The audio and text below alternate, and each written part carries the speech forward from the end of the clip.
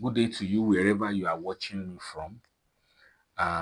This is Isuntere TV, and I encourage you to subscribe and like. And I would also love to hear from you. Perhaps you have questions, you have concerns concerning your research work. You could send us an email on ionat2002@gmail.com. Basically, in this video, I want to explain the principle of ANCOVA, and I will start with what it is. ANCOVA is simply the analysis of covariance, and it's a powerful statistical technique that seamlessly blends the methodology of ANOVA and regression analysis. What do I mean? If you have watched the video on ANOVA, you will notice that we used you could go to the channel and subscribe, like, and you will also see the previous videos. We will use the principles of ANCOVA. ANOVA is that we have a group, we have treatments, or we have three groups, and we want to check if there are differences among the group in terms of their mean. Maybe we have students from private university, state university, and federal university. It's so direct, and other factors are not considered. But ANCOVA takes care of the two because we can have a covariate. A perfect example is, let's say we have three drugs um, that reduces blood pressure among the elderly. All those drugs, the effectiveness of those drugs will determined by sorry, the effect of those drugs on the blood pressure, age could affect it, you know. So we can make age the covariate. It's a possibility. It is also a possibility to check the blood pressure before we began to administer the treatment, such that the video, the effect of the blood pressure drug will be sensitive both to the regressed covariates and also um, the dependent variable at the same time. So we can talk boldly uh, when we have a result from ANCOVA compared to ANOVA because of the presence of covariate. It is more robust and precise. So the purpose of ANCOVA is that, number one, by accounting for the variability explained by the covariates, the ANCOVA reduces the unexplained error, making the analysis more sensitive to true group differences. That means, because of the um, covariance that we have accounted for, the covariates we have accounted for, we can now say that it is the treatment that is causing the difference among the group. So it increases the statistical power, and the likelihood of detecting significant effects that is true is high. Um, the interesting thing about ANCOVA is that it adjusts um, the participants' covariate score to be the same. Let me explain. You know that drug A will have effect on blood pressure, and the covariate is age. So when we have the age as a continuous variable, the ANCOVA will do what? It will adjust everybody's age. A 70-year-old man, a 68-year-old man. It will adjust it such that it will be as if all the participants are of the same age. Or if their blood pressure even differs and we use the initial blood pressure as our covariate, it will adjust it such that it will be as if everybody are on the same platform, so as to ensure that the effect that we are going to come out with will be a true effect. So it controls for initial disparity even in the dependent variable, um, as it were. Um, the key component of ANCOVA, we have the independent factor, which is actually the treatment, maybe the drugs, the teaching method. We have the dependent variable, which is always continuous, maybe the blood pressure, the test score, the attitude. We have the error term, the unexplained variance after accounting for the independent variable and covariates. And we have the covariates, which is always at the continuous level, you know, like I have explained previously. Now, um, a covariate is a continuous variable that is statistically related to the dependent variable, but it is not the primary focus of the research question. For instance, we can have intelligent quotients and achievement in mathematics. They are very related. So we can make it a covariate so that because they are related. So its inclusion in the model serves a critical purpose to reduce the noise of error variance in the dependent variable. That means the the error of variance when we choose a particular uh, covariate that is suitable will be significantly reduced. The next thing is that by accounting for the portion of dependent variable that the variability that is attributable to the covariate, ANCOVA allows for a clearer and less biased assessment of the independent variable. And to end, so there are rules, you know, the assumption. The first assumption is normality. I have explained normality in this video, in one other video, which you could actually uh, go through in this in my um, on my channel. But the point is that, just a reminder, um, the expectation is that, let's say it's interest that we are working with. If we measure the interest at the pre-test level, if the interest is the pre-test, we expect to have a dumbbell shape, such that the instrument that we are using has a dumbbell shape for the instrument.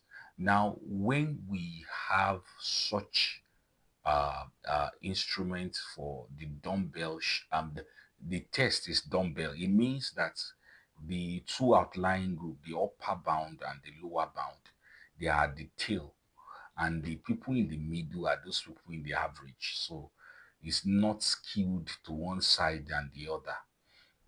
We have the homogeneity of variance. That means the dependent variable should have equal variance across each other group after adjusting for the covariance. This is also applicable to the assumption of t-test. The next one is linearity. There should be a linear relationship between the covariate and the dependent variable for each group. That means they must be related. For example, I have said it earlier, age and blood pressure are related. The IQ and achievement in mathematics could be related. Um, the next thing is that, so your choice of the covariates could be the pre-score, but it's not compulsory it should be always. Uh, but the point is that we have another one, which is homogeneity of regression slopes. That means that the covariate and the dependent variable must be related across all groups. So if we have group 1 and we have the dependent variable as the blood pressure, that the drug wants to reduce. Drug A wants to reduce it. The relationship, and we have age as our covariate. The relationship between the group 1's members' blood pressure and their age, and that of the group 2 and their age, and group 3 and their age must be consistent. And the final one is independence of observation. That means we must ensure that there is a definite tangible partitions between the treatment groups. For instance, if I want to carry out the drug to test the effect of a drug or an exercise routine on how it reduces the blood pressure among the elderly people, and I go to a place where they do the geriatric care for the elderly, um, I am expected to use one location for drug A. Then I will go to another location for drug B, another location for drug C. I must not say I get to location A and I divide the group into three. I use one side of the hospital for A, because the observation may depend on one another.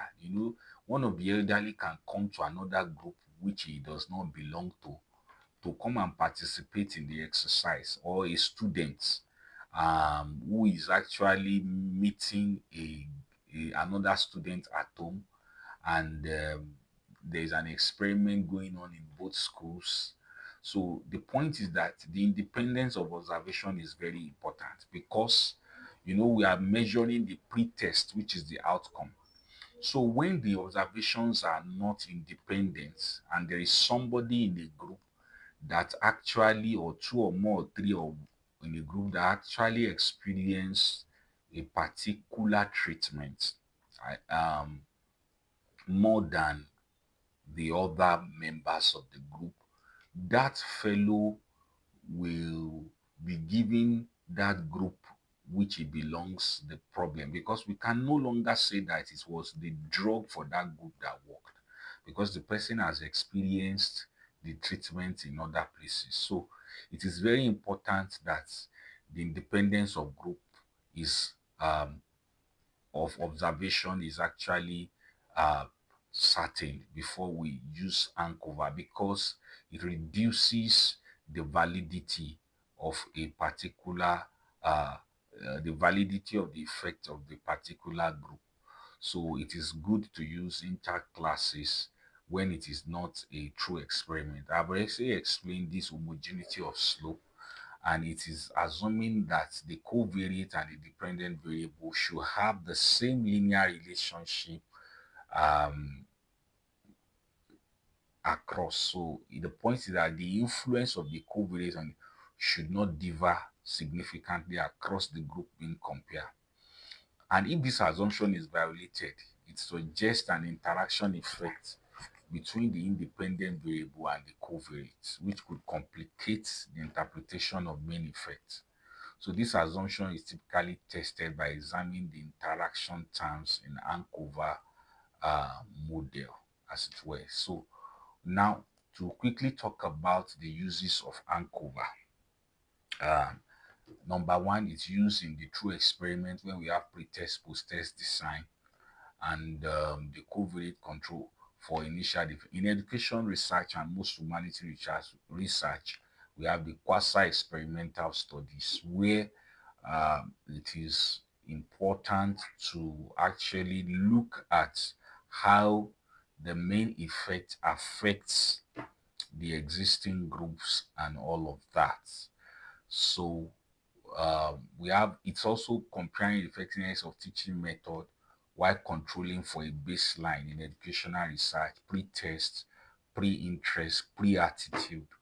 When we have all of those things, it's also a behavioral sciences and medical sciences. This is a very useful um, approach.